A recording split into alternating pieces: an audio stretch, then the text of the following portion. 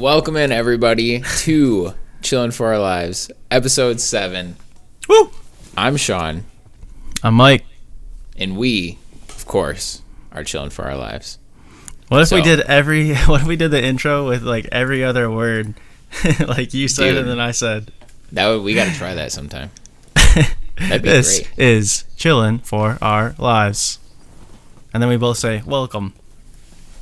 Like a robot. That'd be super cheesy. But if we pulled it off and like had it sound smooth. Oh yeah, if we did it like the right way and just so nonchalant about it, and it came out good, that'd be pretty. Dude, that'd funny. be hard.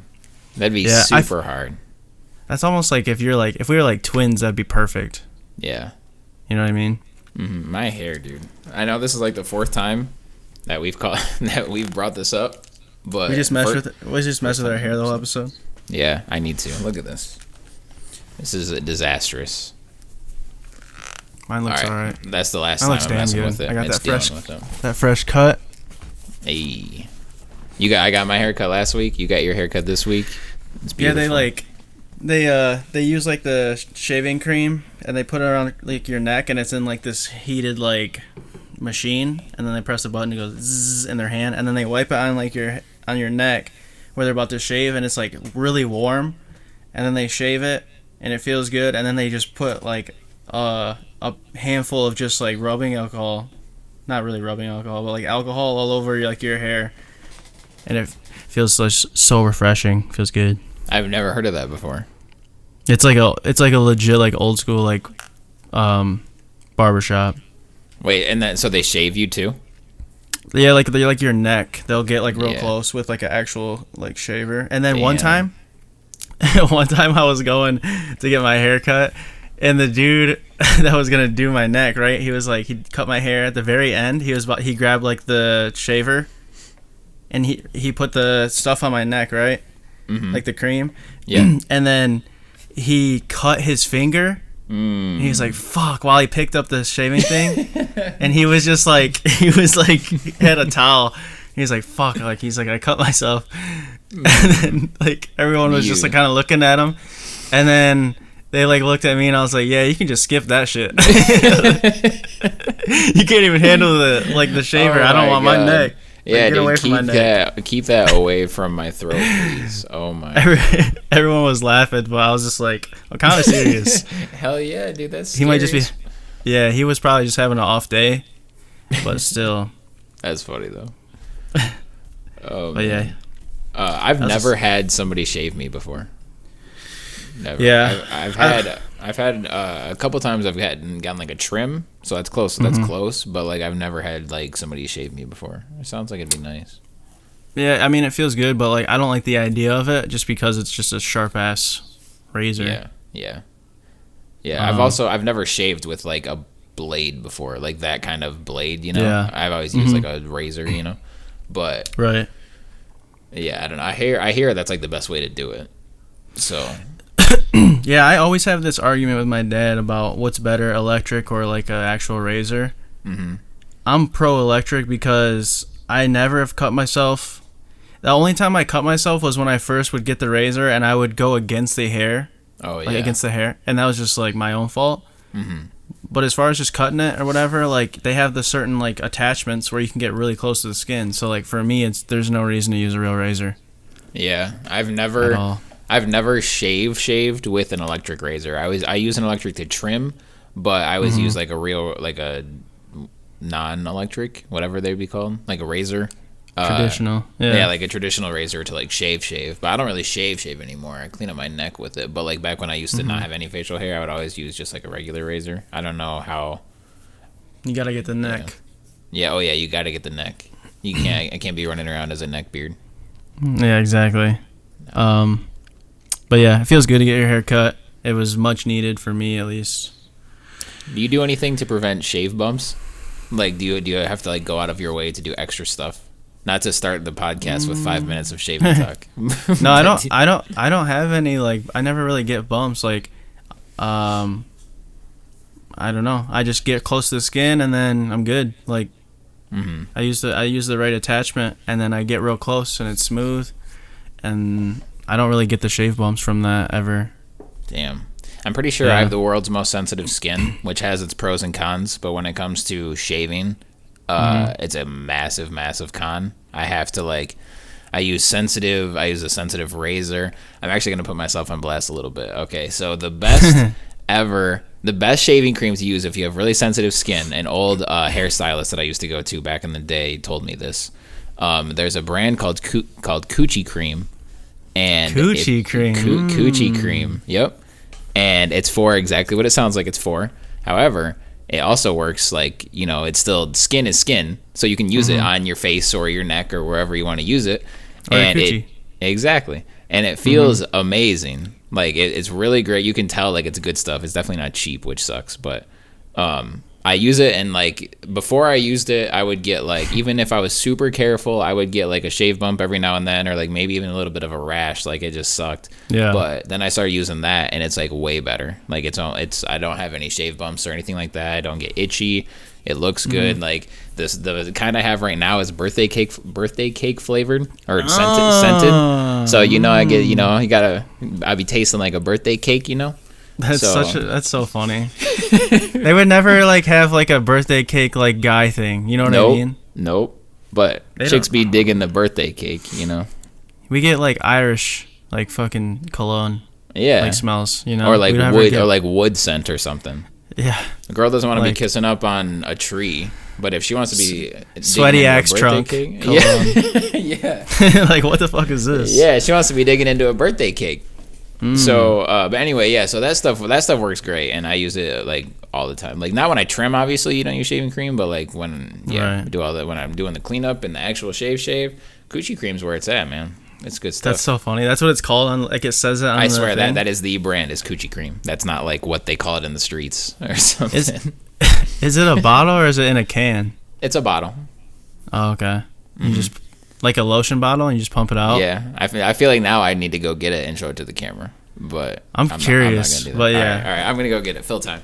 All right. So let me think of a funny story I had.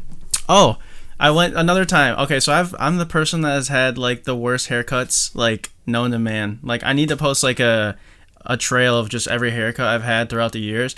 But this one time I went to not to put them on blast, but to put them on blast, I guess, is this place called Super Clips, and they have a bunch of people that are going through barber school or cosmetology school or whatever. And the girl that was cutting my hair, I was 22 or 23 at the time. She looked about 21, 22, about the same age, but maybe a little younger. And she was halfway through my hair, and I was like, "How old are you? I know you're going through school and stuff." And she was like, "I'm 18." And I was like, "Fuck!" I'm not trying to be ageist, but I don't know if I want a person that's going through school and 18 cutting my hair. I was like, "Whatever. I'll trust it. Maybe she's just really good at it." So she's cutting my hair, whatever, and we're just talking. And then she gives me the mirror at the end, and she was just like check it out or whatever. So I'm looking around, and I put the mirror behind my head, and I just see a fucking patch of hair gone. No. I was like, is that a bald spot? And she's like, no, I think it's just the lighting. Oh my. And then in my head, I'm like, no, I'm pretty sure that's a bald spot, but I paid her, and then I went home, and then I looked in the mirror, and sure enough, it was a fucking bald spot. Oh my god! And I was just like, I'm never going there ever again. Damn, that sucks. My worst haircut I've ever gotten was from a younger person too. But then I had, not this time I got my haircut, but the last time before that I got my haircut, it was someone I used to work with. She was going through cosmetology school, and I had her do it, and she was actually really good, and she was 21, I think, at the time. And she did a great job. Her teacher came back, and he did a little bit of touch-ups and stuff at the end to make sure it was I really left happy, but for the most part she was great. So nice. It depends on the person. But all right, so here is my Coochie cream. It says Coochie right there. Oh, so smooth shave cream. The frosted cake is the scent. Here we go. That's funny. I'm not making this stuff up. It's good stuff. And this is not a Coochie cream ad, by the way. Hashtag not an ad. But yeah, what if the first sponsor we had was Coochie cream? Of all sponsors. I might be down. That would be hilarious. I'm leaving again. Yeah, that's true. That's very true. I'm wondering what our podcast. You know what I'd like to see is if we could predict our first sponsorship, like, because it might be down the road. It could be 20 episodes. It could be 100. It could be whenever. I wonder what our first sponsorship would ever be. My guess would be something just random. Like usually when I see like podcast sponsored, it's usually a random ass like ad for like Quip. Yeah, I was gonna say actually Quip, like that, or like Quip actually responded to me on, because they posted like, when's the last time, or did you brush your teeth today? I said yeah, but sadly not with Quip. And then they're like, it's okay, we still love you. Aw. And then I DM'd them, and now we're married. Nice. Yeah, so. Good job. Thank you. I don't know why I wasn't married to the wedding, but I understand. It was cute. But, yeah, it'll probably be a company, like some startup company that we've never heard of. Like, I never heard of Dollar Shave Club or Harry's or Quip or Purple or any of these companies that I always hear on podcasts. True. So. But we promise we will not beat these ads to death, because I've seen it done really well and I've seen it done very badly. So yes, we are going to take ads someday if we ever get to that point, but don't worry, it'll be fine. I promise. The best way to do it is just make it not even feel like an ad. You know what I mean? Yeah. You got to ad lib and kind of improv with it. I think that's the best. Unless we get an absurd amount of money, an ad on this will probably never just be me or him just reading a piece of paper and Right. Hopefully. But if they want to offer up the bag, then I'll read off a piece. We gotta get the bags. Yeah. Oh shit. All right. I apologize. Also, I know we'll get to the show, but I know from past episodes sometimes you can hear Mike echoing, and it's because I have him blasting into my headset, and I'm right all up in my mic's business. So just hopefully it's better now. I tried to mess with like a noise gate and stuff to alleviate that, but then there's way too much of a difference between when I'm talking and when I'm not, just from like the noise, just how it sounds. Like it sounds like you can tell the microphone is being activated, so I don't think it sounds good. So hopefully, I just thought about it and I turned him down. So hopefully all is well. Yeah, because you don't really have to hear me that loud. Like as long as you can understand me, you're good. Right. For the sake of the pod, I'll turn it down. All right. Yeah. So. All right. Let's get it. Mr. ElectricityWave, we have been playing Pokemon Sword and Shield for roughly a week now. Give or take. 5 days. Right? It's been out, right? Yeah. Did it come out on Friday or Tuesday? Thursday night at midnight. Yeah, okay, that's right. It came out on a Friday. Damn. Or Thursday night, yeah. So, yeah, we've been playing for 5 days now. Give me real quick, when we first decided that we were going to put out our episodes on Thursdays, there was a little part of me that thought, oh, that's not good, because new games come out on Fridays often. Not all the time. Sometimes it's Tuesdays, but often it's Friday. So that means we're going to have to go like an entire week of the game being out before we talk about it. And I thought initially that's a bad thing because we're going to miss out on that like quick first impression. But now I actually think it's a good thing because it gives us time to like digest the game and become familiar with it and actually have a lot to say instead of just like, well, I played it for 2 hours and it's pretty good. Right. So I actually kind of like that. And if it comes out on Tuesday, then you'll get that quick first impression kind of thing because that's when we usually record. But yeah, so what are your initial first impressions of Pokemon Sword and Shield? So I was pumped up to play it for sure. I got Shield, he got Sword. We ended up picking the same starter, which I didn't think that was gonna happen. Let me think. So the game, it's nice to have. It's refreshing because it's not like we were force fed like Pokemon Go for a while. Oh yeah. And that was just not my cup of tea. Like that's just not a game that I mean, like it's cool because it's Pokemon integrated, but for me, like I like the traditional experience. I want to wake up. I want my mom to talk to me. I want to go to the professor. You know, I want to do this stuff that's important. Pick my starter. Go through the tall grass. Man that teaches you how to catch Pokemon. Yeah, exactly. Go through the gym leaders, like just the tunnels, everything that I loved about the old, Pokemon Blue, Red, Yellow, and Green. I want that experience. So when I opened up the game and I played it, it felt like that, but it also felt updated, which was good. And I don't know. I'm like almost halfway through. I'm like 3, almost 4 badges in. So I haven't beat the game or anything like that, but it feels like a classic Pokemon game.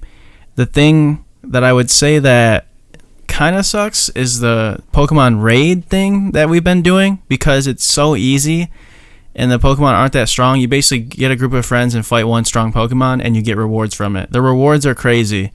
There are these things called XP candies where they're different sizes: extra small, small, medium, large, and they upgrade. They're like rare candies pretty much. And you get so many for one raid that's like easy as hell. Like we've only lost like I think 1 or 2 out of like the 15 or 20 we've done.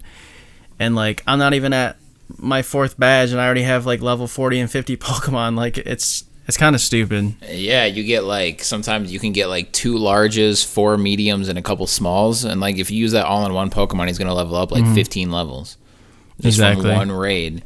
And then you get to the point where if you need to get badges for the Pokemon to listen to you up to a certain level, or for you to be able to even catch Pokemon at a certain level. So like out in the wild area, you could run into a level 35 Haunter that you're not allowed to catch because you don't have enough gym badges. Meanwhile, your starter is level 50.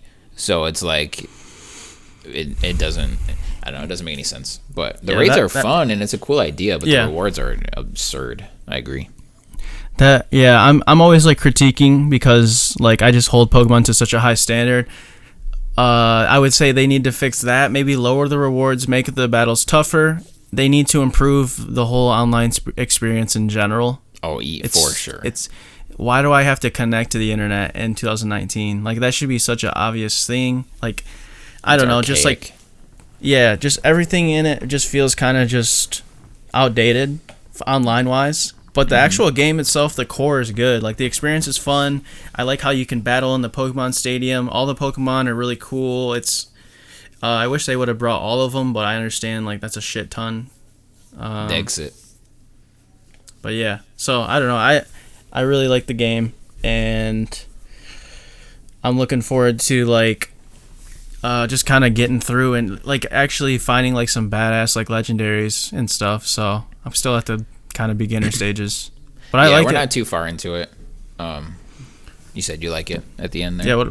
What about you? Yeah. I do love the atmosphere of gym battles. Like I love how it gives you that moment of like you're in the tunnel and you're like walking out into this big stadium. Then you go out and there's people everywhere, and you like walk to the center of the big like battle arena, and like just the crowd is there, and there's usually a Dynamax involved, so the Pokemon gets huge, and just like they really nailed the gym battles. I think I like that they integrated the little mini games in the gyms too, where like instead of just facing different trainers on your way to reach the leader, you have to do like some kind of cool mini game. So far they've all been pretty simple or pretty straightforward, so hopefully there's not like some super annoying one towards the end, which I feel like is very possible. Like back in like the Sabrina gym, trying to go through all of the like before you know, like now we've played it so many times it's probably memorized, but like back in the day, trying to hit all the different teleport panels and try to get into the right spot, dude, that could take forever. Give me a headache. Yeah.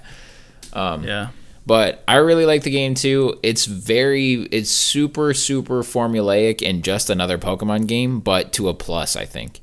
Like, it is comforting to just play it. I know what's going on. I like the story. They kind of went a little bit more bare bones with the story of like you're a kid and you have this friend and you guys want to become Pokemon champions and you want to beat all the gym leaders and all that stuff. I like that they went that route with the story. Yeah. There are some extra things, like they give you background of the Galar region and stuff, which is nice. The game, I wouldn't call it beautiful by 2019 standards, but it still looks good, I think, like especially obviously if you compare it to the 3DS games. All the music is really nice.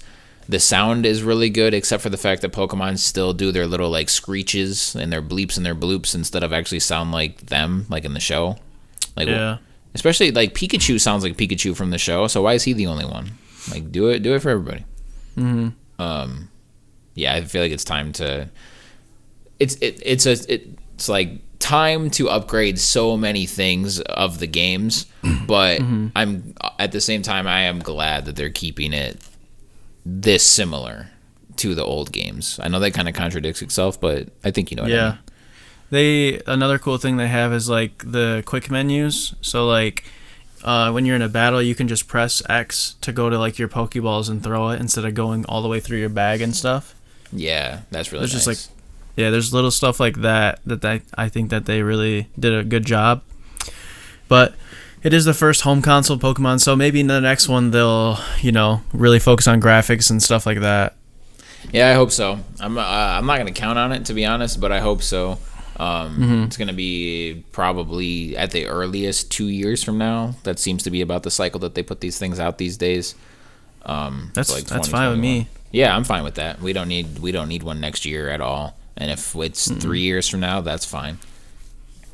Yeah, because this one is still so new. Like, we still have so many different new Pokemon to see and evolutions to see, and I haven't battled anyone yet, like any of my friends yet. But I've just been grinding it out, trying to catch everyone, upgrade everybody, evolve everybody. That's gonna be the tough part. It always is the tough part, just to find them all. Yeah. Like, I don't know.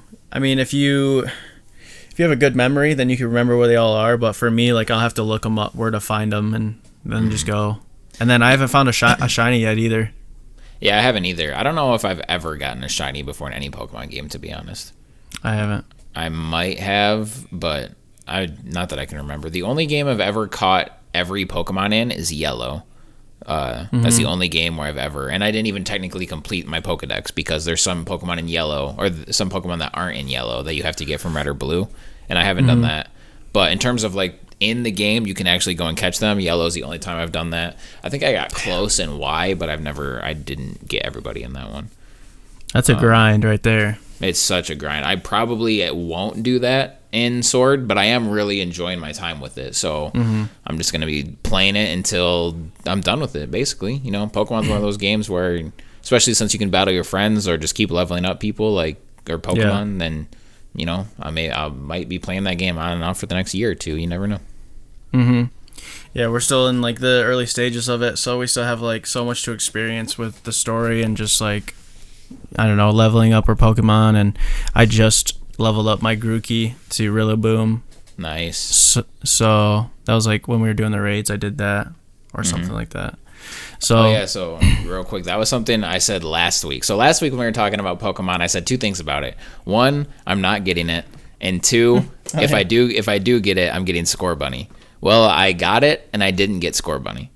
So who'd you get? I ended up going with Grookey, because you, at the last minute, let me know that his 11:59. I was like, Sean! Yeah. Whoa, hold up, wait a minute. There's a drummer! Rillaboom, or Grookey, eventually evolves into Rillaboom, who is a drum. I guess Thwacky's a drummer too. But Rillaboom literally is holding two drumsticks and a giant drum at all times. And he has an attack called Drum Beating, where he on the drum and attacks with it. Like, I have to get that. I'm a drummer. Yeah. I had to get him. One of my friends hooked me up with a Score Bunny anyway because he breeds them. So lucky. Yeah, so that's dope that I got a Score Bunny anyway. But yeah, so I got Grookey, and I'm happy about that. There's a ton of quality of life changes, like kind of what you're talking about with the menus. I don't know if this is quality of life or just making the game easier or what, but I kind of don't like how every single Pokemon in your party gets XP at all times. Oh yeah, like the game's too easy. Yeah, like the game is really easy. It's good and bad, because like in 2019, I shouldn't say in 2019, but just for me right now, it's hard to dedicate like a ton of time to one specific game. So it is kind of nice that like my friend gave me a Score Bunny 2 days ago. He was level 1 because I had to hatch him out of the egg, and then I put him in my party. And after the very first battle, because like all my other Pokemon were level like 25 or 30, so I battled a trainer who had 2 level 18 Pokemon, I think, and the level 1 Score Bunny was already level like 12 after the first battle, just from being in my party. So like it's cool that I can keep him with me, and I don't have to try to figure out how I'm gonna level up a level 1 Score Bunny. But it's just easy. It's really easy. Yeah, it should be like you pick up an item in the beginning of the game, and you get to pick one other person in your party, like one other Pokemon. That would be more Like, yeah, they used to have that experience share where you can have a Pokemon hold experience share and then it just gets it. Yeah. Oh, it was only for one?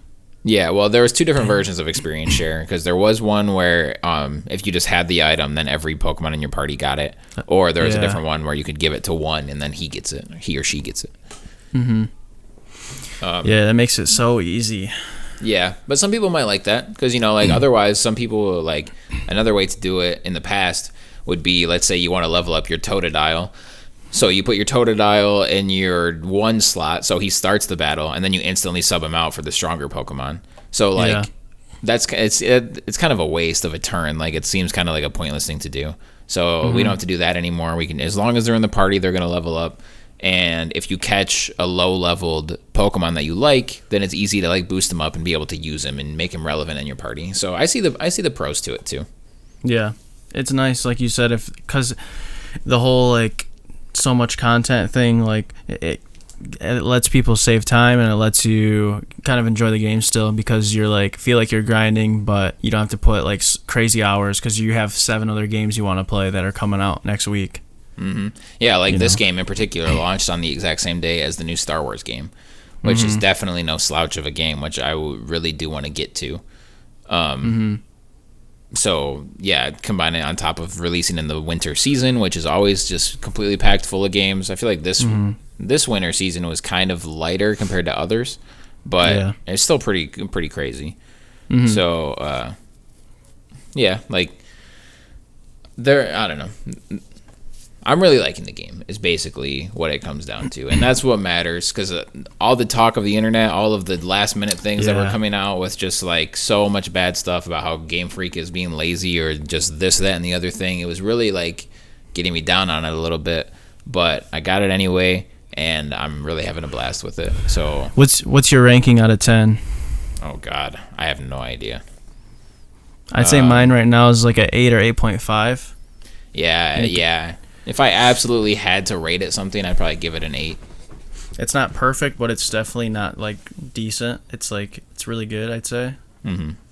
So yeah, I'd say like an 8 or 8.5, and then depending on how the game finishes out, in my experience with it, it could go up or down. But it's definitely solid.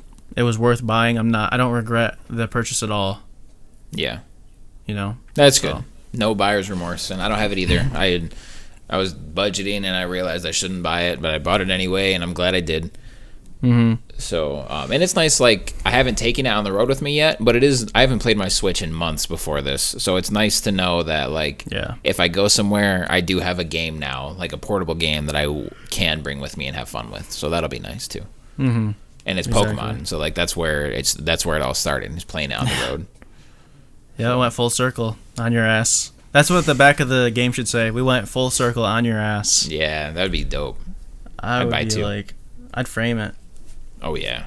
Can I really quick call out... I know this isn't a revelation or anything, but if you got every single person that bought Pokemon Sword and Pokemon Shield, I would never tell somebody to do with their money, but you wasted a whole lot of money doing that. And if you're... Getting Shield? Sword and Shield.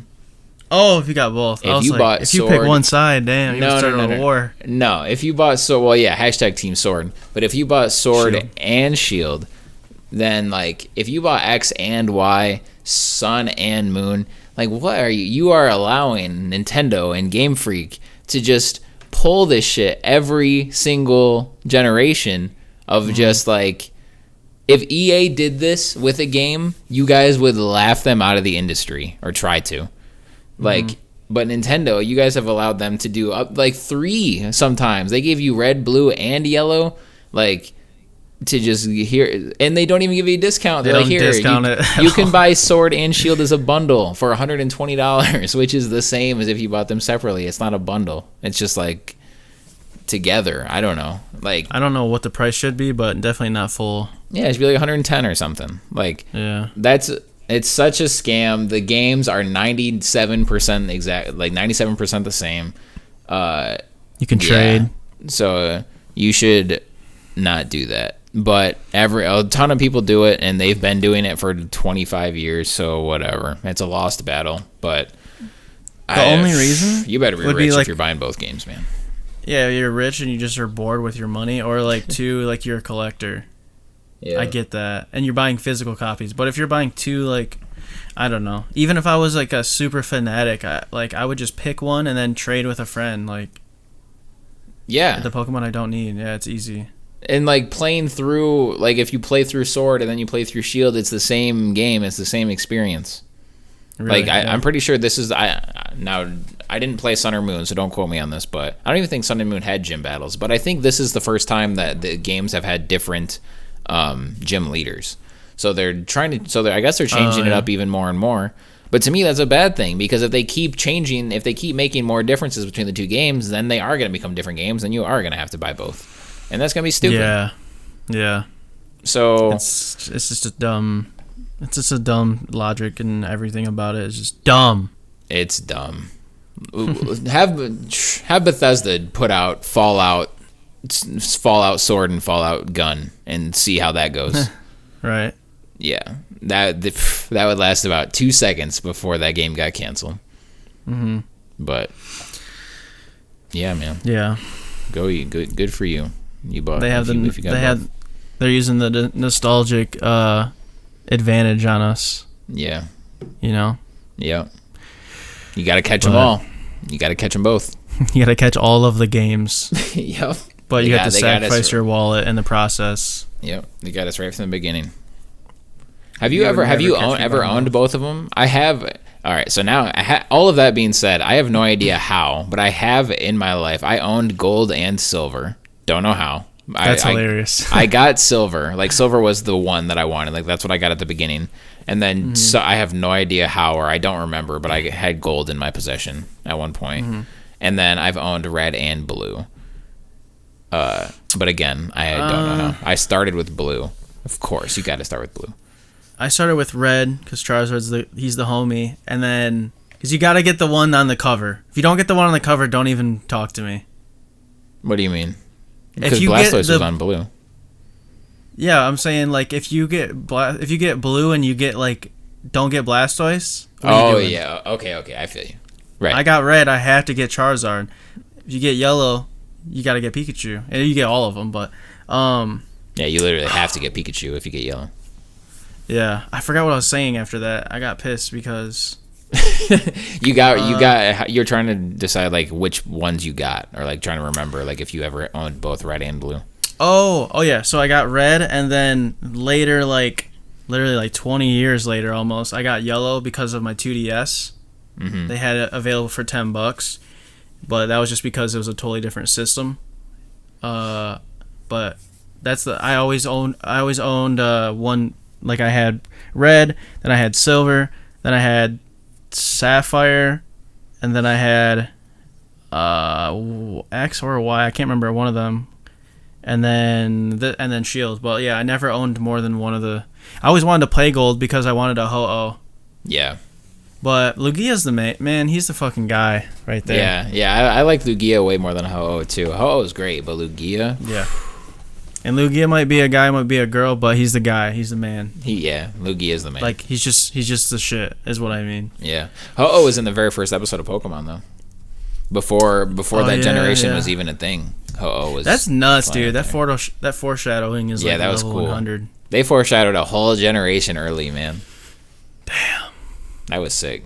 I'll never forget when I like realized that or figured that out. I was like, I remember that that's too. That's the bird from the thing. Yeah, they like showed it like faintly, like in the sky, and then that was it. Yeah. Oh, what is that? They need to have Ho-Oh and Lugia and Shield and Sword, dude. Yeah, they put out for X and Y and Sun and Moon. They do this like monthly legendary thing where, like I said, I missed Sun and Moon's whole generation, but for X and Y, I was like up on that, and I got quite a few legendaries from that. But I don't think Lugia or Ho-Oh was one for those. I always forgot to do that, but for this one, I won't. Yeah. Right now you can get a Meowth, a Dynamax Meowth. It's only once a month, isn't it? Yeah, I'm pretty sure. Yeah. Yeah. So and then next year they said early 2020, so January, February-ish. Hopefully they're gonna put out Pokemon Home on the Switch, which then theoretically you'll be able to take your Pokemon from Pokemon Bank and put them into Pokemon Home, and then try to have your entire collection throughout all of the games of all time in one nice little home essentially. So yeah, look out for that. That's gonna be cool. I'll be able to add to my collection. I don't even have my because on my 2DS, I don't even remember like if I saved it or like what email I used or whatever. So I don't know. Dang. It'll probably just be your Nintendo account that's on your Switch. You probably just use the same one, but you'll be able to, if you still have, like, you bought yellow and X or Y digitally, I think. So you'd be able to, for Pokemon Home is like $5 a year, so it's like nothing.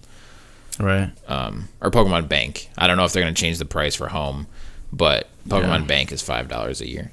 I actually have my Pokemon Bank saved on my ex's 3DS because I don't have a 3DS. So I had to re-up it a few months ago. So I called her up. I was like, "Yo, I got to re-up my Pokemon Bank because it's not on Switch yet." So that's such a funny conversation. Yeah. So then I drove to her apartment and re-upped it, and yeah, I think now I have like 150 days left on it. I think so. As long as Home comes out before then I'm good. But if not, I'm gonna have to go back and re-up it again. Make that call. Yep, make that call. So that is a word of advice for anyone out there that doesn't want to get rid of their ex. You just have Pokemon Home or Pokemon Bank saved, and you re-up it once a year. Easy. Sign them DMs. Yep, because I don't think it's automatic, which is stupid. That is dumb. It might be, though. I might be worrying for nothing. Yeah, maybe. I don't know. I just don't want to lose them. Cause, what happens if you don't re-up it? It's done? I don't know. I don't want to find out because that's like hundreds of hours. That's hundreds of hours of grinding in that bank. I have more in that than in my real bank. I would say that's almost more important than the Spank Bank. It's definitely more important than my actual bank. But in your actual bank, you got 3 bank accounts. Damn. My Pokemon Bank, my Spank Bank, and my Bank. My Bank. I like it. You know what I like it. Yeah. I know you like nacho cheese Doritos, cheese pizza, and Ben & Jerry's. Damn. So you know me better than anybody. If a girl ever called me and was like, "Yo, like I'm trying to like set up this date for Sean. Like, what should I get?" Bam, bam, bam, and then have like, I don't know if I would say to have. I would be like, it depends on the mood. If you guys are just having a movie night, then set up, like some Hulu or something. But if you guys are gaming, have that PlayStation Pro ready or some PC like badass game or something. I don't know. I'd be like, have some gaming ready, and we good. Are you single? Have a drum set. Are you single? I am single unless I'm chilling for my life. Do you want to go out sometime? Let's do it. All right. Let's podcast. All right. What if a girl asks you to podcast on a date? If I was into her, I'd be down. First date? Wait, like first date? Yeah, you're like, you've been talking to her for a while, and she's like, I think we should go out sometime. You're like, yeah, I'm down. Where do you want to eat? And she's like, no, like, I want a podcast. I'd be like, dude, I'm in. I'd be like, all right. First of all, your story is flawed from the get-go with a girl asking me out on a date. That's not going to happen. Oh, man. But, yeah, if she was like, I think we should record a podcast, I think that'd be fun. Especially because, like, if it's a first date, like, I don't know her that well. Like, I think I'd be up for it. I guess it depends what the podcast was on, what her audience size was. Like, I don't know. I'd have to know exactly what I'm getting into before I went and got into it, because that could be disastrous because it's going to be on the internet and forever. But I feel you. But if I was into her, then it'd be fun. Find out next week on Chillin' for Our Lives. It's just you and a girl. Next week? We got ElectricityWave out of here? Yep. I'm on vacation. No, but what I was going to say is what I actually like. Well, I actually like all of those things. But I also really like video games. And I like acknowledging the best and the worst games of the year. Not really the worst games, but I like acknowledging the best games of the year. Which is exactly what Jeff Keighley is going to be doing next month at the Game Awards. Jeff Keighley? Jeff Keighley. Who is that? Or is it? Yeah, it's Jeff Keighley. He's like... He's basically like Mr. Video Game spokesperson guy. Connoisseur. Like he hosts he is the industry video game host basically. Okay. Yeah, you would recognize him if you saw his face. Probably, most likely. yeah. Yeah, he's done E3s. He used to do the video game awards. Now he does the game awards. He does this, that, and the other thing. If someone is hosting a video game award show or a video game anything, it's probably Jeff Keighley. Anyway, so yeah, we officially have our nominees. And Mike, if you would indulge me, I would love to go through them with you this evening. Let's do it. All right, let's do it. Oh, and us here, the two of us at Chillin' for Our Lives, are going to do a little bit of a something at the end of this year. So I don't want to go too in detail with all of these because I don't want to spoil that episode. Yeah. So, like, we can talk about these nominees, but, like, for Game of the Year, I'm not going to say, like, oh, well, they missed this game, which is my Game of the Year. Like, we'll do a whole episode dedicated to that kind of stuff at the end of the year or at the start of next year, however. Okay, so let's do it. Game of the Year for the Game Awards. And you can also go on the website and vote for yourself.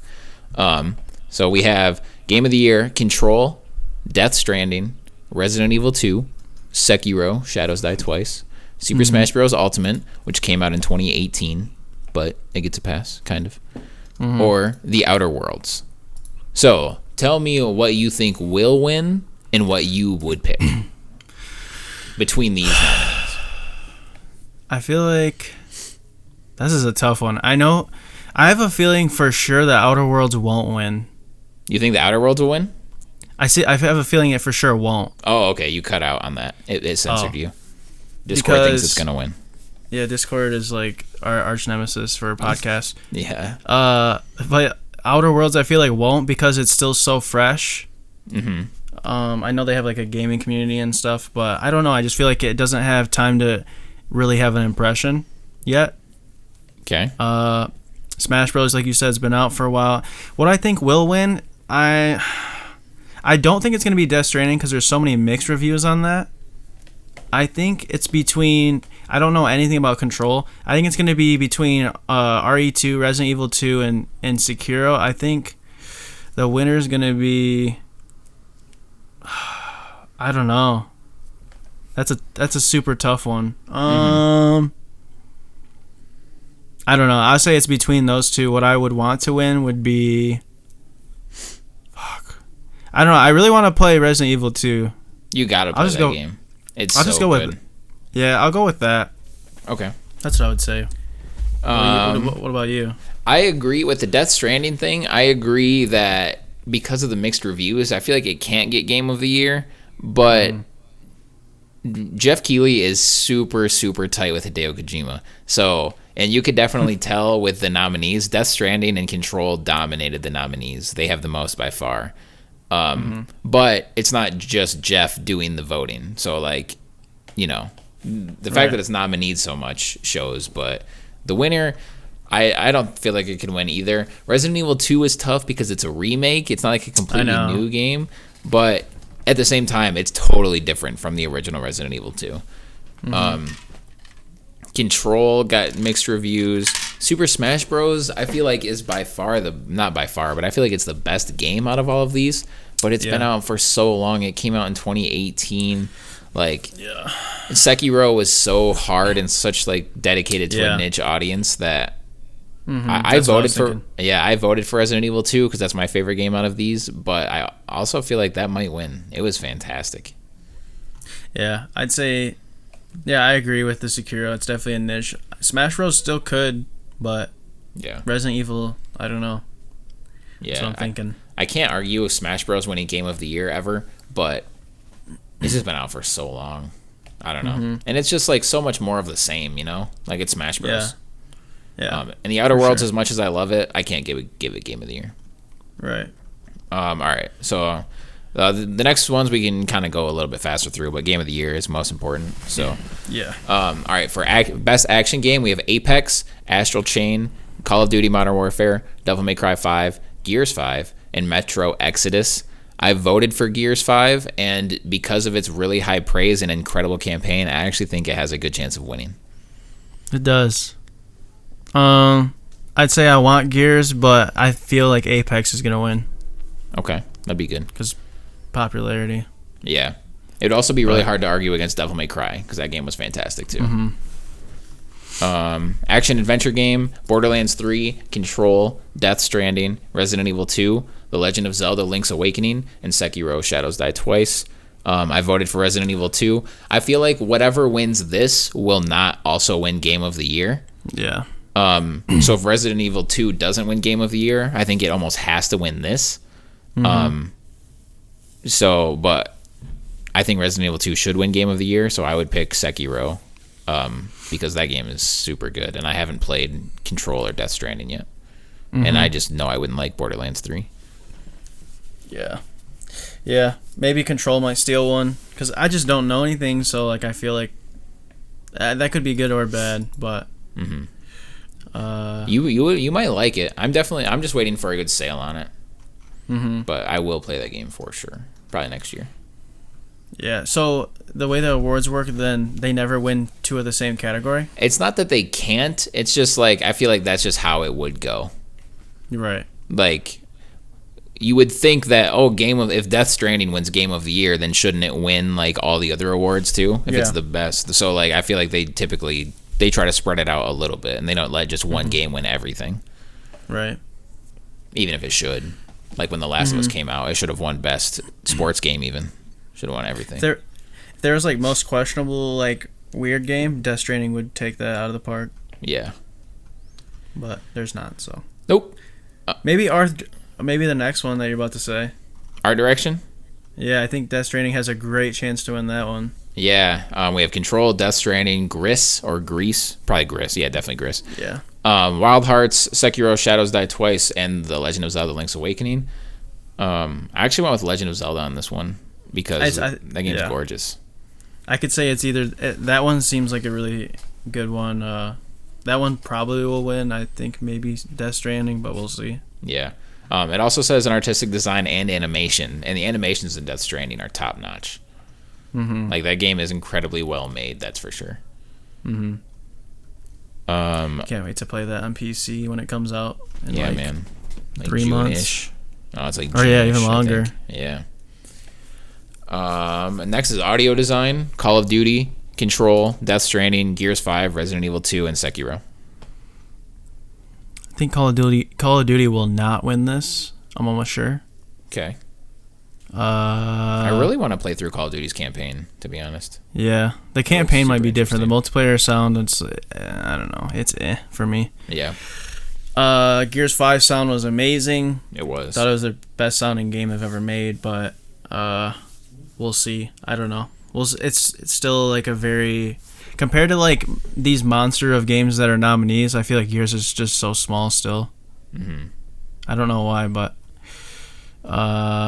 I don't know.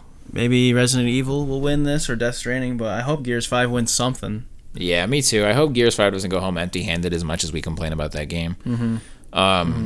Resident Evil 2, I picked for this one because its sound design was incredible. Like the atmosphere that they made, all the sounds that the zombies made, the body parts made, and the characters sounded great. Like that. That game was top notch in basically every category, and I still say that it is the most beautiful graphically video game of all time.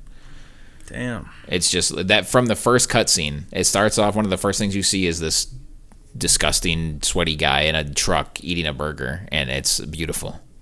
And then from the first, and then like from the zombie whose like jaw is like unhinged at the beginning, it's like it's the best looking game ever made, I think, in terms of like realism. Yeah. Community support: Apex, Destiny, Final Fantasy XIV, Fortnite, and Tom Clancy's Rainbow Six Siege. All I know for sure is that Fortnite better not win. It says recognizing a game for outstanding community support, transparency, and responsiveness. If Fortnite wins this, I swear I will never watch the Game Awards again. Fortnite's known just from the Brute by itself. Yeah, the Brute, like the mechs, the airplanes, like taking away the pump. You can just like the community just goes nuts every time they make a move. So like there's nuts no for way a bad, like in a bad way. Yeah. I don't know. We both said Destiny probably for this. Yeah, I said Destiny. A lot of people have like would probably say the same thing about Destiny, what we just said about Fortnite, but I feel like it was just done really well. Apex, they didn't even start really doing anything for that game until like a month or two ago. So I feel like that can't win. No, right. Big shout out to Square Enix and Final Fantasy also. Content creator of the year, I'm basically boycotting this anyway because ElectricityWave isn't on here. So, but aside from that, I went with Courage. It's Courage, Dr. Lupo, Ewok, Gref G, if that's how you say that. I have no idea. And Shroud. I think it's going to be close. I think it says for a streamer or content creator who has made an important So the way that is described, though, I really think Dr. Lupo could win because of the stuff that he does for charity and like kids cancer and the stuff with St. Jude. Like, he's raised the most money out of any streamer. Yeah, he's really good for that kind of stuff. He's really good at that. So that's going to be tough. Plus, he's just like, he's a good guy. He's funny. He's entertaining. He plays a lot of different stuff. So he's like definitely someone that could win that. But yeah, my pick's definitely Courage. Yeah, that's what I went with too. But I would not be surprised if Lupo wins. Yeah. Esports coach, none of us are really in that world at all. Same with the esports event. I just voted Evo to support the fighting game community. If you guys are interested, you guys can list who you think would win, but we don't know much. Yeah. Same with all the other ones. Please let us know in the comments what you guys think of like our picks. What would you pick? Do you care about the Game Awards?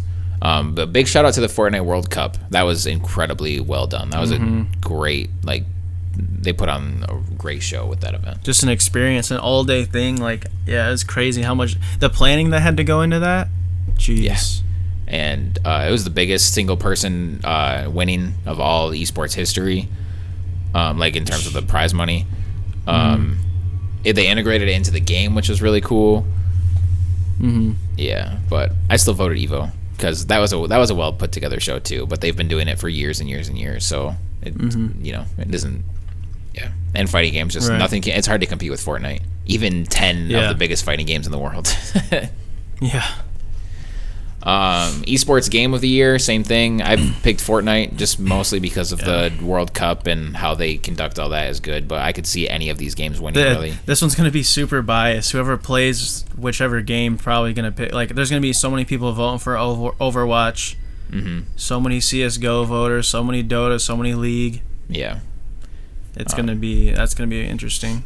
I really, really do like the idea of the Overwatch League, to be honest. I might want to pick that. I like how they run it like a sports league, essentially. I think that's a really cool idea.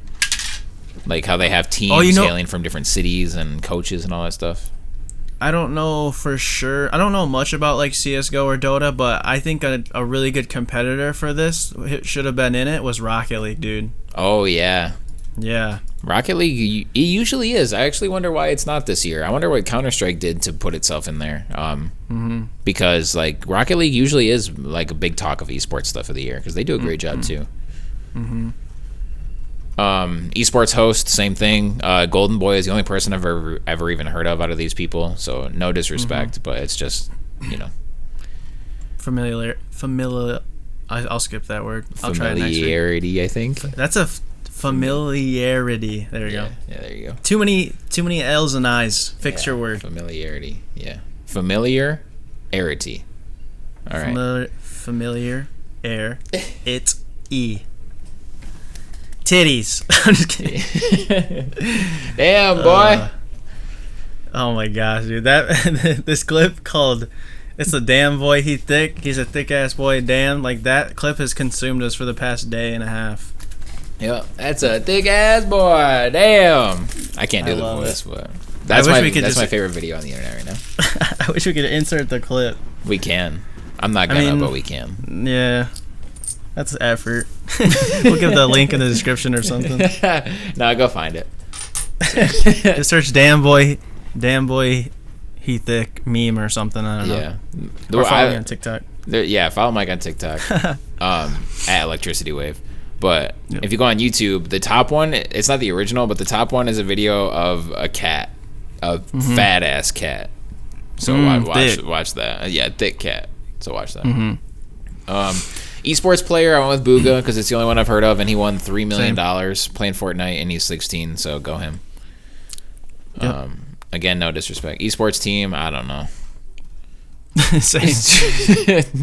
Good for idea. all these people for playing video games for a living and being professionals, but For real. the only Props. Mortal Kombat is the only esports game I care about, and I don't even consider that an esport. So, all right, family game for Dude, before we move on though, yes, imagine Mortal Kombat in the Olympics. Like just watching that in a stage, like they're both in like a WWE ring dude, that'd be amazing. playing. Yeah, playing be on so into monitors that. and that's projected on like a big ass like the jumbotrons. Yeah, that would be awesome. They probably wouldn't though, because Mortal Kombat is just like so violent and grotesque. And stuff. True. But so like to put that on the True. world stage, probably not. But like that would be amazing. Like violence aside, Yeah. that would be. Video games will be a part of the Olympics someday. Instead of blood, it's just like syrup and pancakes. Yeah. I don't know, something. All right. Family game: Luigi's Mansion 3, Wing Fit Adventure, Super Mario Maker 2, Smash Bros. Ultimate, or Yoshi's Crafted World. I really want to try Yoshi's Crafted World. I just realized these are all Nintendo games. Yeah, that's nuts. Dang, Nintendo holding it down in the family category. Holy shit. Ring Fit Adventure. I've never even seen that. It's like the new big Wii Fit? exercise craze. Yeah. Which game did you say you wanted to try? Yoshi's Crafted World. Oh yeah, yeah. That game Just looks looks different and just like, I don't know, it's like a spin-off of like the games that I know, like Smash Bros and stuff. Seems like it, but it's their own like series. I don't know. Yoshi's I always use them in Mario Kart and stuff. Mhm. And people say that the games are really good, so. good. Yeah, Yoshi's great, and all the old like Yoshi's Island games back in the day are good. Yeah. So yeah, I hope to play that game someday. But Nintendo never, ever, ever lets their games get cheaper than $60. So we'll see. I know. I picked Super Smash Bros. Because it's Smash Bros. Yeah, it's probably the best family game because everyone can play and it's classic. Yeah, up to 8 people can play that game. That's kind of crazy. Mm-hmm. Whereas Luigi's Mansion is like a single player, or it might have co-op. Yeah, Luigi's Mansion is co-op. Super Mario Maker has like a multiplayer mode. So yeah, okay, I can see it. But I Smash Bros or Ring Fit maybe. Yeah, Ring But we'll Fit see. came out of nowhere. Just recently, it came out. Yeah.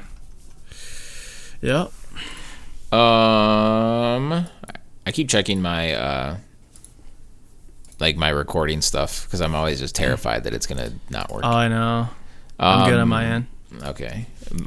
Best fighting game: Dead or Alive 6, Jump Force, Mortal Kombat 11, Samurai Showdown, or Super Smash Bros. Ultimate.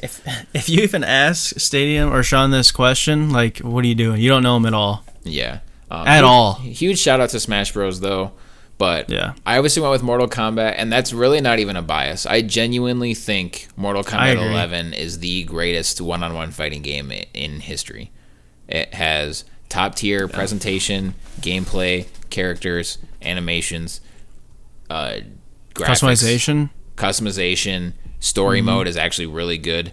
Online. Online handles really well. It does everything well. The tutorials are the deepest in any fighting game. It gives you they're nuts. Yeah, it gives you so much frame data. It gives you anything and everything. It has like the crossover characters from the DLC are even pretty cool. Like how they're doing their whole esports thing has been like they're killing that. Like that game is genuinely incredible. What would you fix about the game if you could, or add to it? I would say It's a little. If I had to fix something, it is too much. If I'm gonna get fighting game nerdy real quick, it is a little bit too much of a 50-50 fest where like so many different strings are just like, is it gonna go low or high, low or high, low or high, and it's like you literally have to just guess. Like I have to guess if I'm gonna block low, but if you go high, then I'm fucked for 35%. Like. So I know that's like a core feature or core like mechanic of fighting games, but like Mortal Kombat 11 relies on that a lot. So I would tone that down a little bit. But and there's quite a few characters that have some bullshit that's just like annoying as hell to go against, and like Jax is plus frames on every single string, and I feel like it's never my turn to attack him, so he can just chip me away until I'm dead. Just little things like that. It's obviously not perfect, but it's very, very good. Yeah, balancing has always been like super hard with fighting games. Yeah. because you want every character to be like their own kind of thing, but yeah, like then you run into the problem of like, oh, someone's certain move is like OP in this specific situation. Mm-hmm.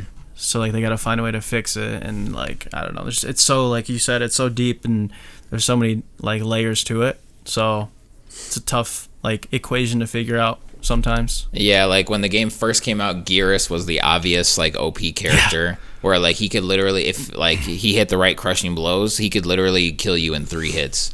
So it's like that's completely absurd, because then you could do like a 22 hit combo with Katana and do 24% damage.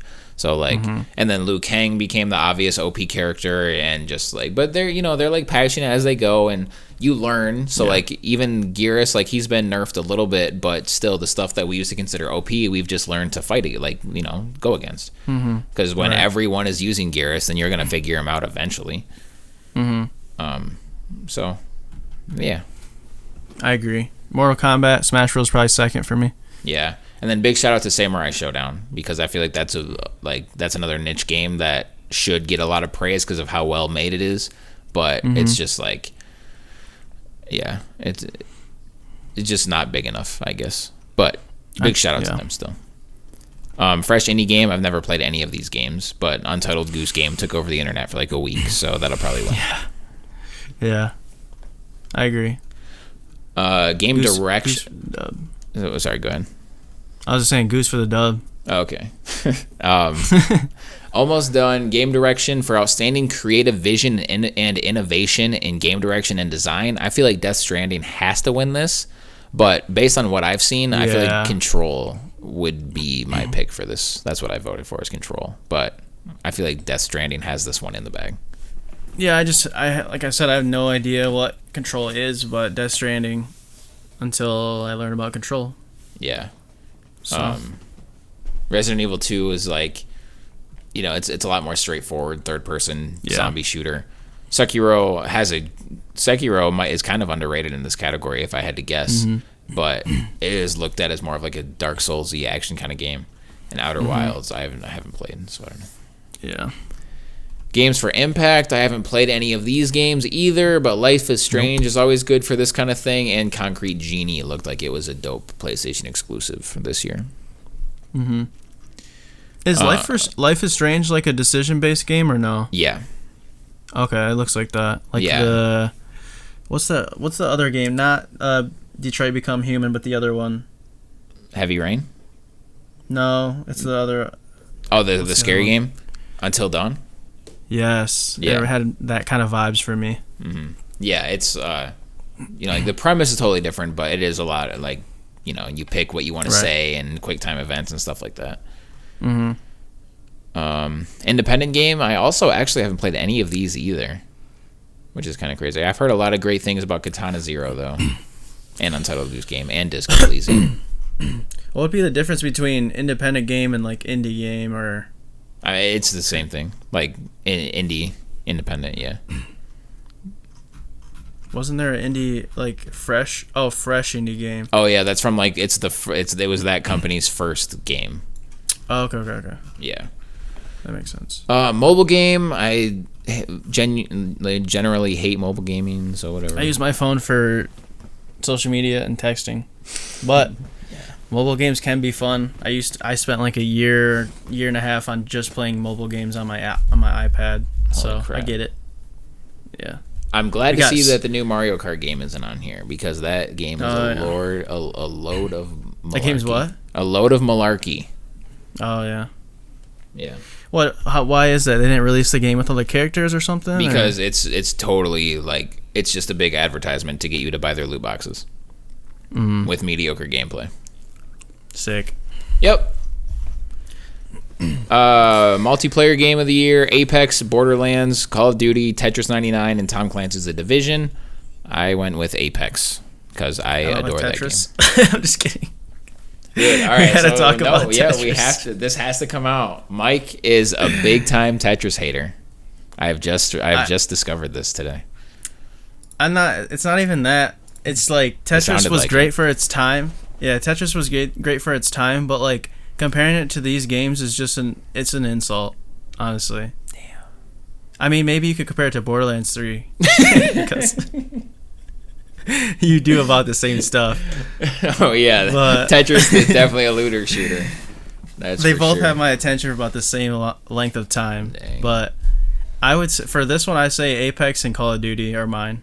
I feel dirty. I feel like I can't just let you bash on Tetris as a podcast.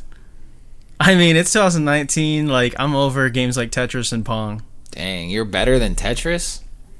I'm not better than it. It's just less than me.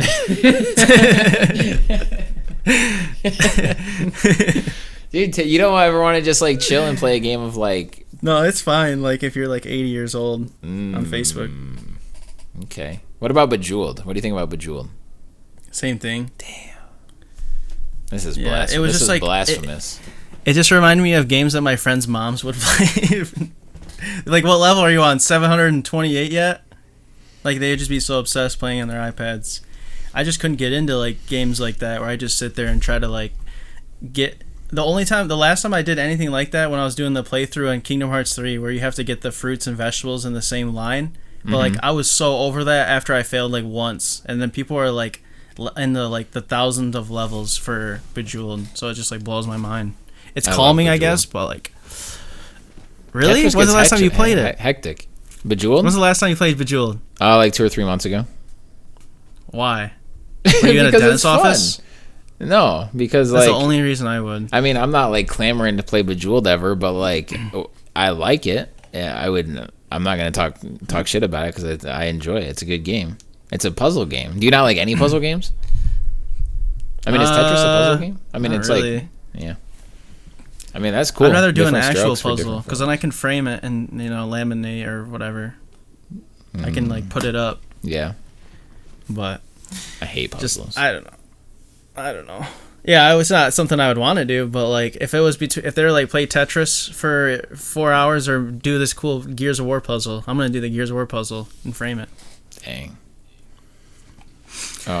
So you said it'll be between Apex and Call of Duty? Probably. It says for outstanding online multiplayer gameplay and design, including co-op and mastery multiplayer experiences. Apex fucks up because they need to have solos, duos, and squads. Like, just stop trying to be yourself. Like, I don't have 2 friends for one. Conform. Me, you, and Justin are the God Squad in that game. What do you mean? I know, but like his time zone's different. You work. Sometimes I'm doing stuff. That's true. Like, it's just like a whole schedule thing, and like I couldn't stream it on my PC for the longest time, and I don't know. I just want to have the option to play solos at least. Like, oh yeah. I wasn't arguing that. I was just arguing I don't have 2 friends thing. It 100% needs a solo mode. That's That's basically, if it's me, you, Justin, that's basically me and you. Yeah, I mean, no, that's a fact. But yeah, we need even if they don't want to go squads. I get that. I don't think it doesn't need squads, but solo, duos, trios, I think needs to happen. They experimented. They threw them out for a couple weeks. Solos and duos, and they were amazing. And me and Justin have been playing a ton recently, and like yeah, you guys have. Yeah, just having to rely on our garbage third random person is just like I would just rather not. Let us play duos. Duos are like Holy crap! There's still a lot more. Damn. Wait, when we play trios, it's so fun. Like, I enjoy it, so yeah, that part's cool. I mean, I'd rather have trios than squads because I wouldn't want to like bring in a 4th, but they should just have everything. I feel like the player base is big enough, Yeah, definitely. So yeah, I don't know. They're just they made their game with their vision and they're trying to stick to their guns, I guess. Yeah. But you don't have to do that anymore. Let's kind of like speed by these. Yeah, I mean, best narrative. I want the Outer Worlds. That's the only one I've played. Ongoing game, Destiny 2, Fortnite. I could understand you picking that one. Performance, Ashley Birch as Parvati in the Outer Worlds was great. Also, shout out to Laura Bailey as being Kate in Gears. Role-playing game, I want the Outer Worlds 2, but I could see Kingdom Hearts 3, obviously. For sure. Yeah. Yep. Score and music, Devil May Cry 5, because it's hard as fuck metal, and it just fits the game perfectly. But big shout out to Kingdom Hearts 3 for just having like iconic Disney music. that's probably my pick. Death Stranding is also super good too. The way that they incorporate music into the game. Yeah, that's actually one thing I don't know about the game at all, because I haven't seen any footage of it. It's sick the way that they incorporate it into the game. That's sweet. I can't wait to play that game. It feels like you're playing a movie, from what I've seen. Yeah. That's cool. I can get into that. Yeah. Mm-hmm. Sports and racing game. Shout out to Crash, but screw you, Activision, for trying to ruin it. It should be Mario Kart 9, but they don't want to make it. Yep. Strategy game. I haven't played any of these, but Fire Emblem I'm sure is the best. Total War 3 Kingdoms, though. Big shout out to that game. VR AR game. Haven't played any of these, but Beat Saber is, I'm sure I would adore Beat Saber. And Trover Saves the Universe, because Rick and Morty is amazing. That's all of them. That went way longer than I thought it was going to. Yeah, I didn't know that they referred to... Wait, what is the difference between VR and AR? AR is alternate reality, so like you don't need like glasses or anything. It's just like augmented reality. Or augmented reality. That's what I meant. Yeah, augmented reality. So it's just like it can be things on your table or like things in your world, or like it doesn't have to, like it uses a different, like some type of camera to insert things. Like it's not just like the glasses right on your face. Yeah. Yeah. Okay. Nice. Yeah. Like you can point your phone at your desk and there's like, it shows your desk and everything, but then there's a little character on it or something. Yeah. Nice. All right. So that's the Game Awards. They are on at, I don't even know what day, but December 12th, Thursday. It says the winners will be revealed. There you go. Yep, December 12th. So Thursday. Dang. So we're gonna have to wait a whole week. But we'll go over some winners. We'll go over some snubs. We'll go over all the cool big reveals, because there's always huge reveals at that show. So I'm actually really looking forward to that. Nice. Yeah. You want to just transition to rapid fire? Yeah, I'm down. Do you want to talk about Google Stadia real quick? We can just include that into rapid fire. Okay. Because I haven't used the service, so I feel like doing like a super deep dive would be ill-advised. Yeah. It's all you. Rapid fire, let's get it. Rapid fire, let's do it. Pew, pew, pew, pew, pew. Add the transition. Rapid fire, transition. Fire flames everywhere. I can't wait to actually have that. Yeah, that'll be great. If I can ever learn how to use the awful, terrible, ridiculous trash of a program that is Adobe After Effects, I know who's not sponsoring us. The least new user-friendly program I've ever come into contact with in my entire life is After Effects. I hate it. I was literally about to write Adobe the strongest worded letter of all time last night, and all I wanted to do was take the background out of this stupid ass video and change the text color from orange to blue. Yep, and make it into an MP4, render it. Dude, it's simple stuff. Every single thing that I wanted to do, I had to look up a 20-minute tutorial to do it. Jesus Christ. Yeah, it's stupid. But I learned Premiere in 5 minutes. Okay. So Google, aside from After Effects being trash, apparently Google Stadia also is trash. So, not trash. Let me not be so harsh. It just launched with a ton of features it launched without a ton of features that they said were going to be there at launch. Supposedly the 4K games are actually just 1080p upscaled. Yeah, it eats up mad data. You don't even own your games. You pay a monthly subscription to use the service, and then you buy the games, and you still don't even own them. You can't download them. If Stadia goes away, you don't have the games anymore. If you don't pay for Stadia anymore, you don't have these games. You don't own anything. You don't own anything with this. They need to learn from the coalition that if you come out super greedy, you're gonna fucking fail. Yeah. They need to learn. Yeah. That is not the way to launch anything.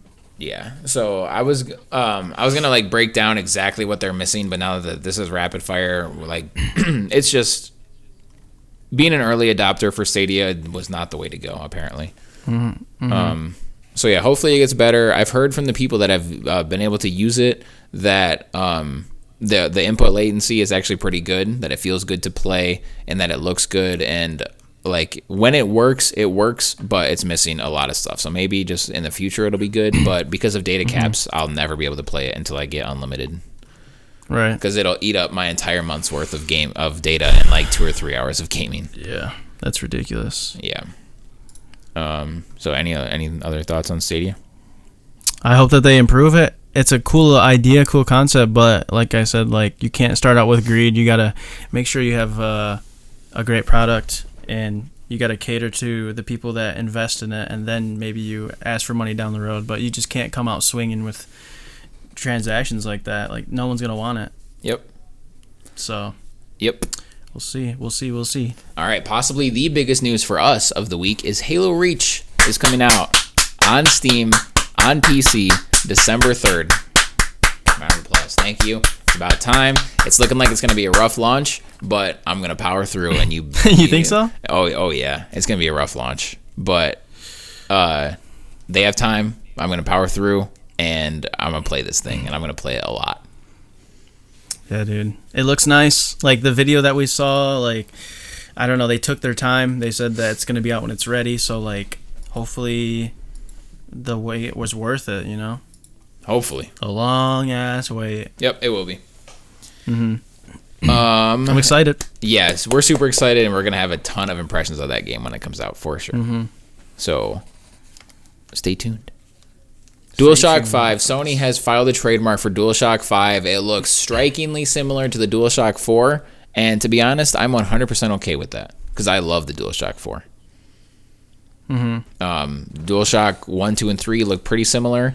Well, like the original one without the analog sticks, that's obviously a big difference. But like 2 and 3 look super similar. 4, they changed it up with the light bar and the touchpad, and it's still the same idea. But I love the size of it. I love the weight of it. Maybe it could be a little bit heavier for me. Yeah. But overall, it's my favorite controller ever. So if they don't change it up very much for 5, that would be great, because it's gonna be my PC gaming controller, I'm sure. So. Yeah. My favorite controller is, I like the Xbox One. I think that's my favorite. The 360 was kind of shaped weird, and it was still a good controller, but I just like how full the controllers for the Xbox like feel. Like with the PlayStation, I feel like I'm holding like a toothpick, because it's light and it's skinny. Yeah. That's how I felt different. When the PS3 first launched. The controllers didn't have rumble, and the launch PS3 controllers are light as a feather. I did not like it. Yeah, it feels cheap. Yeah, I like on the DualShock. I like how the analog sticks like feel, like how they're kind of concave, but then they kind of have like a little convex thing in them. I really like how that feels. The D-pad I think is infinitely better than Xbox's, and for fighting games and platformers, that's a huge deal. I like how the triggers feel. I actually like the 360 controller more than the Xbox One controller. But I'd have to compare them side by side. Yeah, but the One controller is really good. It would take. I'd be hard pressed to think of a controller that I genuinely don't like, to be honest. Right. And shout out to the GameCube controller. I was just gonna say the GameCube controller was nice. Yeah, I hated the triggers on the GameCube controller though. Didn't like the triggers, and I didn't like how the C stick had like the indents. You know, like you could like the that was stupid. It should just been the same size. Yeah. And the N64 controller isn't that great. But yeah. All right, Valve has announced a Half-Life VR game called Half-Life Alyx, and it centers around side character Alyx. It is not Half-Life 3, and it is a VR game. So potentially huge news, but one that, news that really neither me or him care about too much. Yeah, I never really played Half-Life, so I know like there's a lot of hype behind it, but and I don't have a VR, so if I did, I'd be at least looking into it. Yeah, Half-Life 3 is like the mythical video game of all time right now. So any new Half-Life anything. There's there's actually a YouTube channel where every single day he puts out a Half-Life 3 update report. And and it's literally like for years, it's basically just like this. It's November 20th. This is my update for Half-Life 3. No news today. Hopefully, maybe something comes out next week or tomorrow, and that's like it. That's the video. That's kind of funny. Yeah, but on that day, he had some stuff to talk about that day. Half-Life Alyx, man. He's probably hyped. I bet. Yep. So, I mean, Steam wants to sell their new VR set, and I think Half-Life is a great way to do it. True. Crash Bandicoot. Activision and Sony are potentially teasing a brand new Crash Bandicoot game.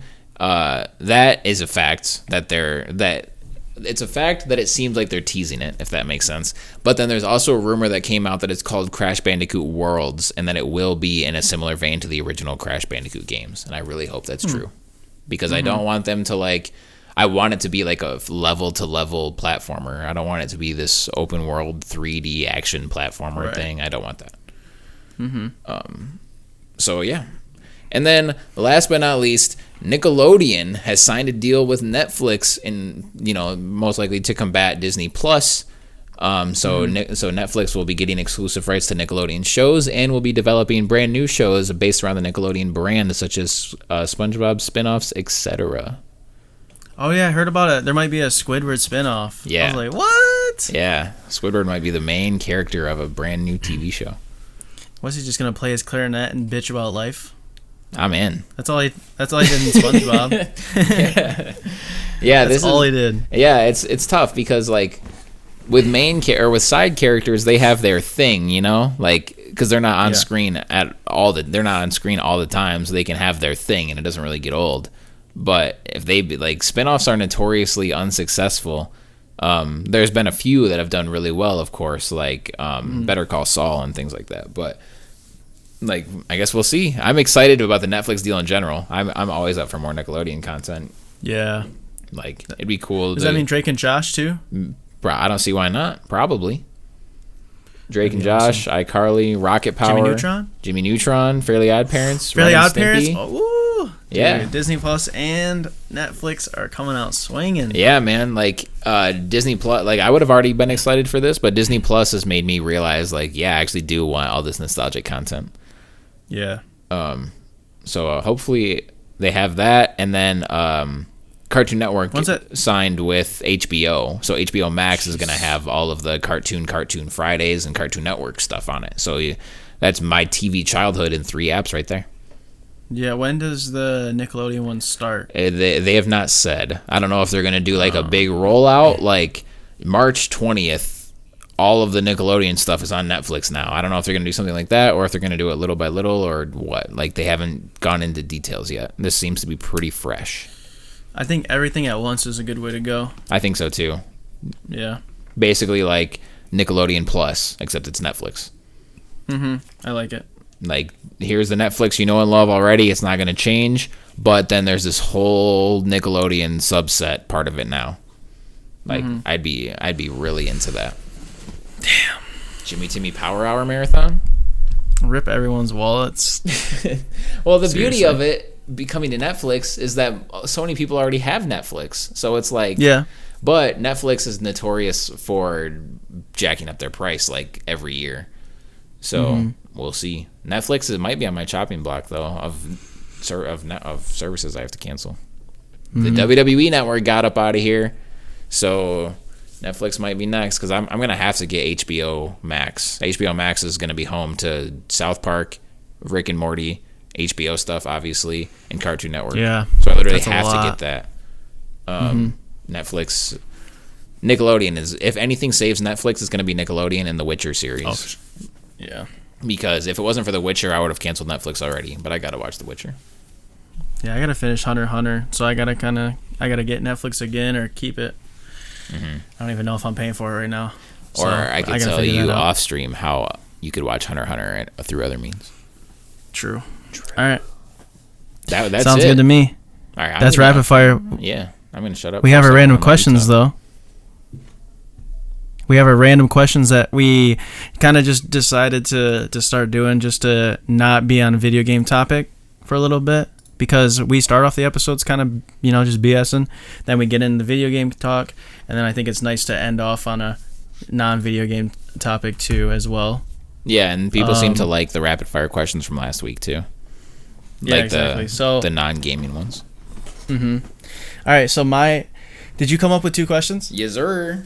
Okay, I'll go first, and then you can go with your first one. So the first one is, what is one food you would never give up? One food you would never give up. And that's a tough one for me. Yeah, it's between pizza and ice cream, but I think it would have to be pizza because it's an actual meal. Yeah. Yeah, pizza's my answer. I think it's gonna be tough for me because like maybe in like a year or two, like once I start making when I'm making a living off content or that and something else, like I probably will cut out pizza for the most part because I want to just eat healthier. Like I just want to have like just better food and stuff. Like I don't like the feeling of feeling like out of shape at all. I'd rather feel healthy. So right now it would be pizza, but I'd say down the road probably like chicken would be tough to give up. Oh crap, yeah, chicken would be really tough. And it's actually healthy, so it'd be good. Yeah, I don't think I would ever give up chicken. That's a... Yeah, because you can eat chicken with literally everything. Like, you can make so many different dishes out of it. You can eat it plain, grilled, fried, season it, eat it with barbecue sauce, ketchup, ranch. You can put it in salads, like tacos. It's literally insane. Have you ever made a chicken stir fry? Chicken is OP, that's for sure. It is. Chicken stir fry. Yes, I'm trying to think. Like, what's a place you're thinking of? Oh, I don't, not a place, but I'm just thinking like baked with chicken. Like peppers and stuff. Yeah, well, just like just like mixed vegetable. Yeah, like fajitas too. Yeah, I've had it before. Okay, because I was at the store today. I did my little like healthy grocery shopping trip today, and I bought a ton of chicken. And I was looking at like this bag of stir fry, but I didn't really know how I would make it and put it together. But I could probably figure that out. Yeah, you probably need a lot of seasoning. Yeah.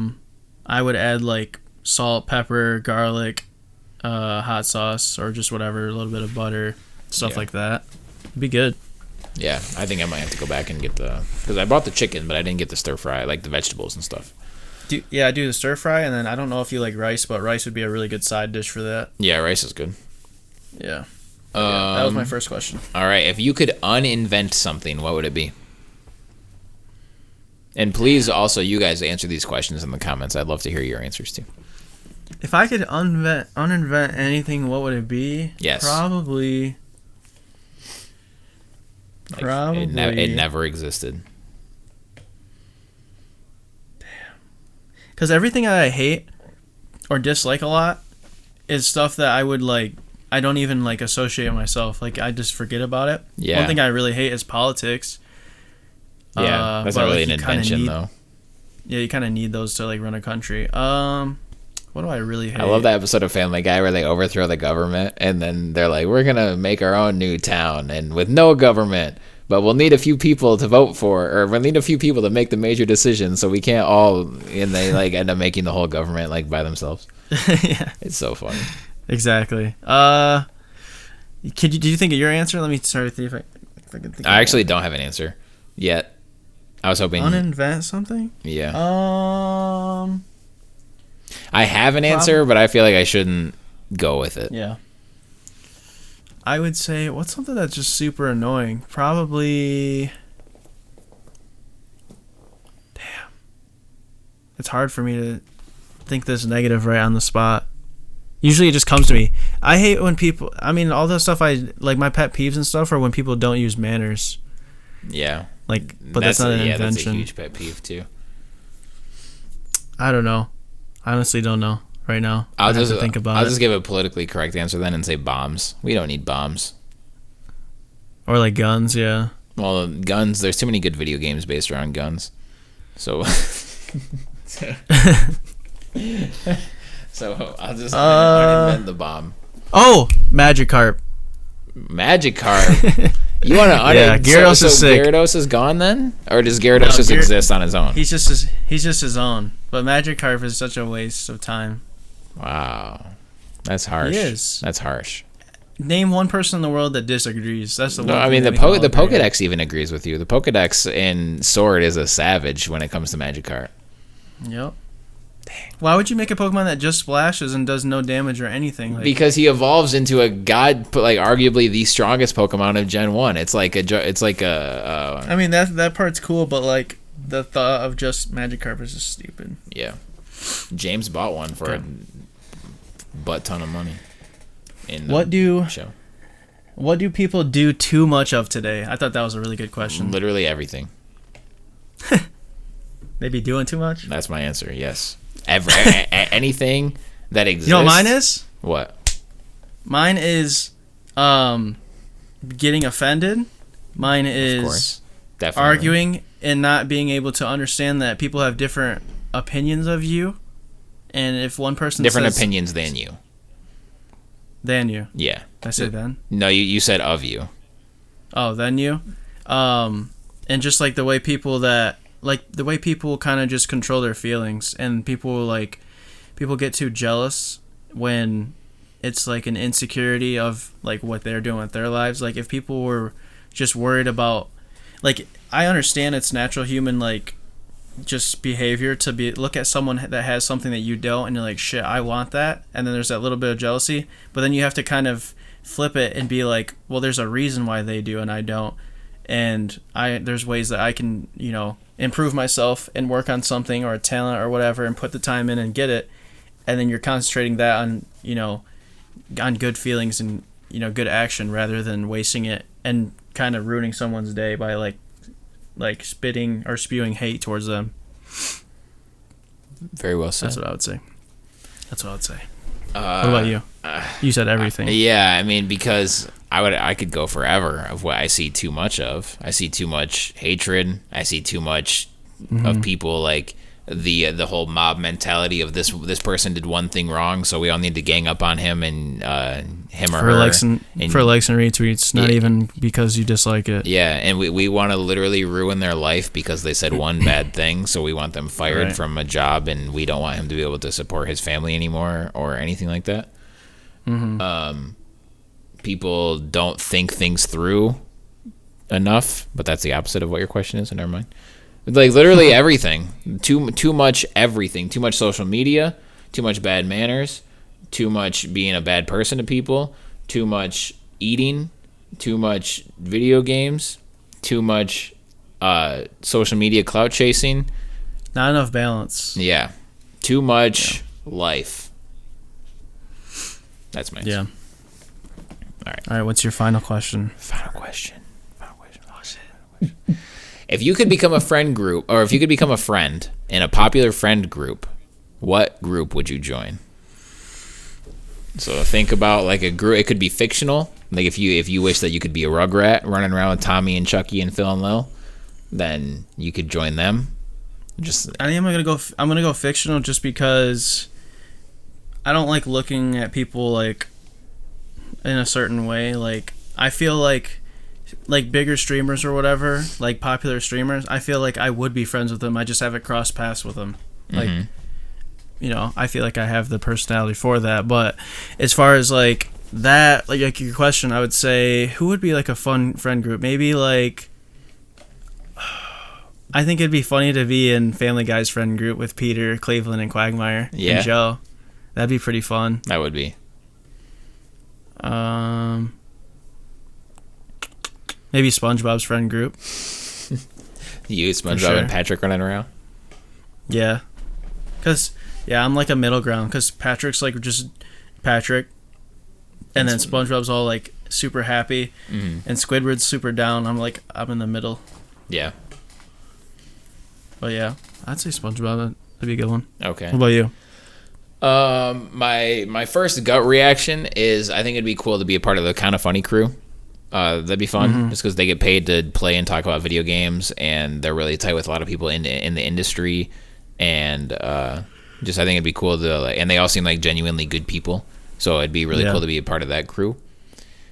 That's my initial gut answer, gut reaction. So I guess that's my answer. Oh, I guess I would say, if I had to pick like a real life thing, I would say comedians, like Chris D'Elia, Theo Von, Bobby Lee, like.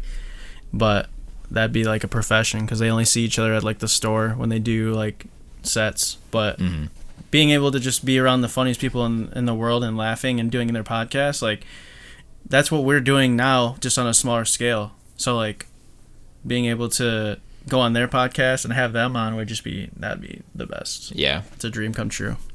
Yeah, because I was trying to think of some of my shows. Like, I wouldn't want to be friends with the South Park kids because I wouldn't want to have to deal with Cartman ever.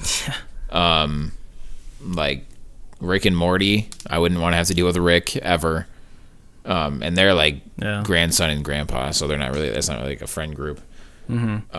I don't know. I'm just thinking of all the different like fictional stuff. Back when Slaughterhouse was a thing, I didn't want to be a rapper, but I wanted to like every interview and every like Slaughterhouse thing. I always thought it would be really cool to like be like a producer for Slaughterhouse or something, like just in that group of people. Ooh, A Day to Remember. I guess that would be another good one. They're not fictional, but A Day to Remember, the band, they seem like awesome and that they have a ton of fun all the time. So I think it'd be cool to be a part of that group. Also really quick, I went to an A Day to Remember concert last Saturday, and their set might have been the best live set I've ever seen in any band from any. I've been to a ton of concerts, and their set might have been the best one ever. That's saying something. Perfect crowd interaction. They sounded incredible. Jeremy's voice is like mythical to me, so hearing that like live and just him talk, and it was like I like fangirled over him for sure. And they were like perfect. How they came out on stage was amazing.